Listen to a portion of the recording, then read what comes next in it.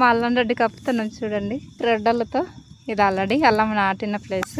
ఈ ప్లేస్లో ఈ ఆకులు ఎందుకు కప్పుతారంట ఫ్రెండ్స్, అల్లం నాటిన తర్వాత అల్లంకి పిచ్చిగడ్డ అనేది మొలవకుండా అల్లంకి ఎండ కాసినప్పుడు కొంచెం చల్లదనం అనేది ఇస్తాయి.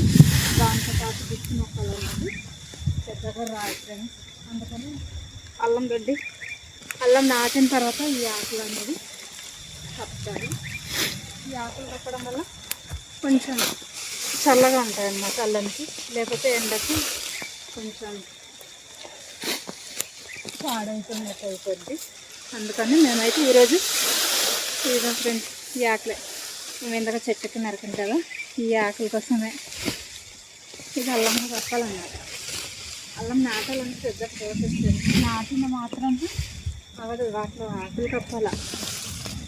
ఆకులు కప్పి వేయాలి, వేసి కొంచెం బాగుంటుంది. ఆకులు ఇలా పేర్చుకోవాలన్నమాట. ఈ ఆకులు పేర్చుకుంటేనే కొంచెం బాగుంటుంది. లేకపోతే గాబు తీయాలన్నమాట. గాబు బాగా దగ్గరకు అయిపోద్ది.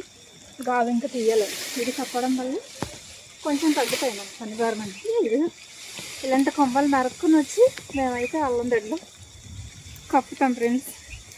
ఇవన్నీ నాటిండే మా పిల్లలు ప్లస్ మా అత్తయ్య వచ్చి ఈరోజు మొత్తం ఇదే చేసాము ఫ్రెండ్స్. ఇవన్నీ నాటినవే.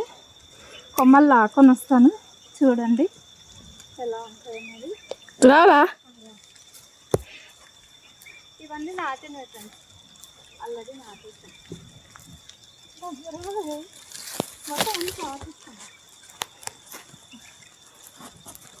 చాలా పెద్ద ప్రాసెస్ అండి. చాలా కష్టపడాలి. మా పాపలు అనుకుంటుంది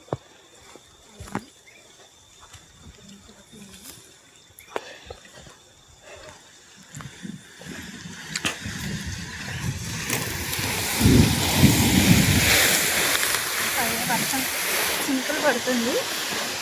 చినుకులు పడితే ఇవి అన్నవి మొయ్యాలని ఫ్రెండ్స్. చాలా బరువుగా ఉంటాయి. ఇది మామూలుగానే చాలా బరువుగా ఉంటాయి. ఇలాంటి వర్షం పడితే ఇంకా చాలా బరువుగా ఉంటాయి.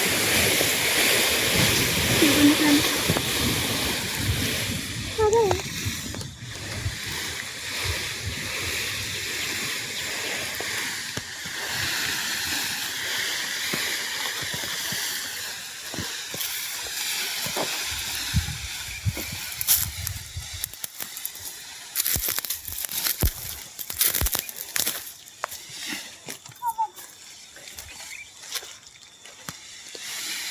చాలా కష్టం ఇలాంటి పని చేయాలంటే. బాగుంది ఫ్రెండ్స్. దగ్గరికి రాకపోతే ఇలా ఫేస్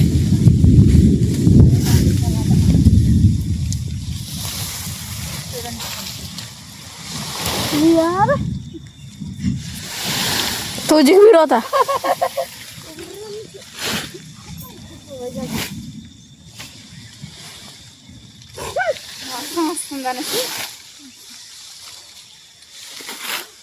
వర్షం వస్తుందనేసి గాబర పడుతున్నాం.